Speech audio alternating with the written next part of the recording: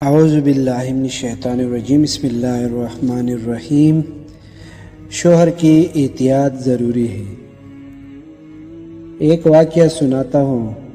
آپ صلی اللہ علیہ وسلم کے زمانے میں ایک صحابیہ کی میاں کہیں سفر پر تشریف لے گئے اور جاتے ہوئے اسے کہہ دیا کہ تم گھر میں ہی رہنا، باہر نہ نکلنا۔ اللہ کی شان دیکھو، اس عورت کی والد بیمار ہو گئے۔ اس نے آپ صلی اللہ علیہ وسلم کی خدمت میں پیغام بھیجا اور دریافت کیا کہ میرے میاں نے مجھے یہ حکم دیا ہے، لیکن میرے والد اچانک بیمار ہو گئے ہیں، آیا میں ان کی عیادت کے لیے جا سکتی ہوں؟ آپ صلی اللہ علیہ وسلم نے فرمایا نہیں، آپ کی میاں نے کہا ہے اس لیے آپ گھر میں ہی رہے۔ اللہ کی شان دیکھیے، ان کے والد کا طبیعت اور خراب ہو گئی۔ انہوں نے پھر اس کی اطاعت کی۔ آپ صلی اللہ علیہ وسلم پھر وہی جواب دیا۔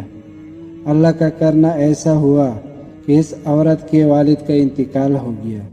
اب آخری گھڑیوں میں باپ کا چہرہ دیکھنا ہے، لہٰذا آپ صلی اللہ علیہ وسلم کو اطاعت کی گئی اور مسئلے کا حل پوچھا گیا تو آپ صلی اللہ علیہ وسلم نے فرمایا کہ اگر آپ کے میاں نے یہ کہا ہے کہ گھر سے نہ نکلو تو نہ نکلو، صبر کرو۔